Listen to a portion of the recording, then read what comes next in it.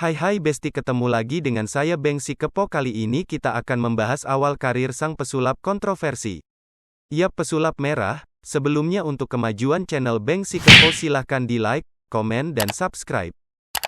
Kalau emang berani. Marcel lahir di Tangerang, tanggal 26 Agustus tahun 1996. Dalam suatu kesempatan, pengacara paranormal Gus Samsudin yang merupakan seteru Marcel sempat menyebut bahwa nama dalam kartu tanda penduduk yang ditunjukkan kepadanya adalah Maris Sugianto. Marcel Radival sendiri hanyalah nama panggung saja.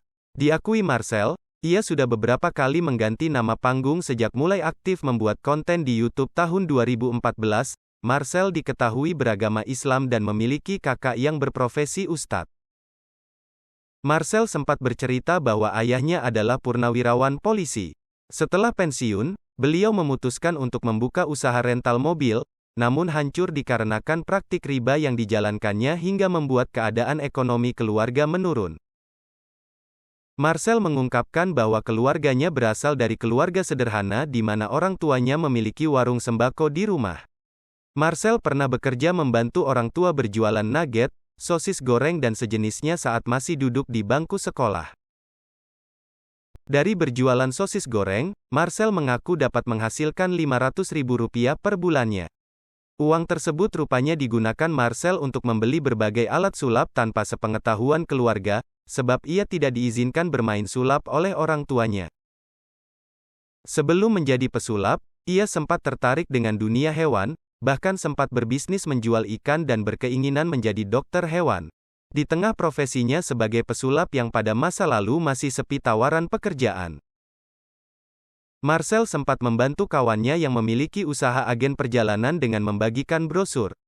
Dikarenakan keadaan keuangan saat itu semakin menipis, Marcel memutuskan untuk bekerja di sebuah perusahaan di kawasan Senayan City sebagai penjaga anak.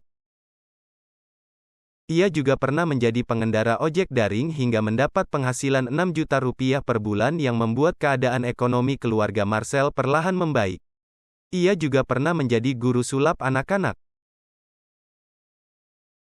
Marcel mulai menekuni karirnya sebagai pesulap sejak duduk di bangku kelas 1 SMK.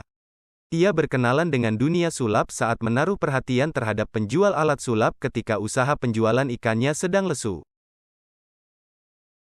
Dia pun kerap diminta tampil di acara sekolahnya dan juga acara sekolah lain.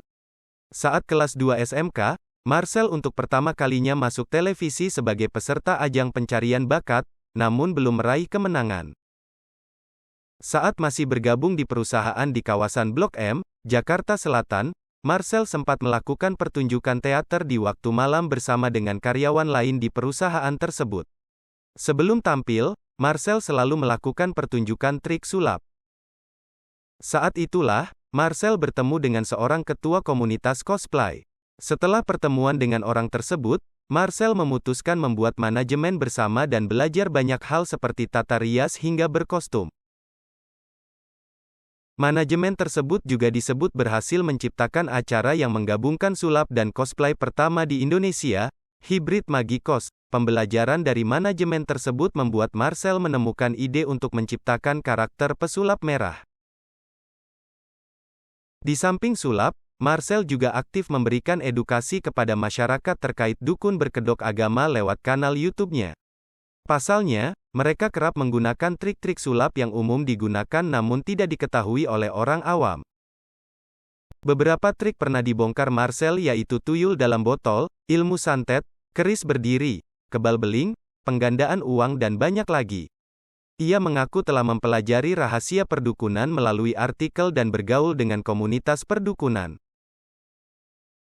Karirnya di YouTube bermula ketika Marcel bertemu YouTuber Edozel di sebuah acara televisi. Pertemuan ini yang akhirnya membuka matanya dengan peluang media sosial YouTube. Setelah konsisten mengunggah konten di YouTube selama 1 tahun di samping bekerja sebagai pengemudi ojek daring, Marcel akhirnya memetik buah manis dari perjuangannya. Ia akhirnya mendapat penghasilan pertamanya dari YouTube sebesar Rp1.300.000. Berkat kontennya, ia sering diundang ke berbagai acara televisi dan konten YouTube para selebriti. Pada tahun ketiganya berkarya di YouTube, Marcel mendapat tawaran kontrak kerjasama dari sebuah layanan siaran langsung. Dalam salah satu videonya, Marcel sempat membuka rambut palsu merah yang melekat dari karakternya sebagai pesulap merah. Dia pernah menjanjikan aksi buka-bukaan dari penampilannya apabila kanal YouTube miliknya telah mencapai 1 juta pengikut. Dia sebenarnya tidak suka pakaian yang terlalu merepotkan seperti yang dikenakan karakternya selama ini. Pakaian tersebut adalah bentuk profesionalitasnya untuk penonton agar nyaman dilihat dan agar lebih mudah diingat.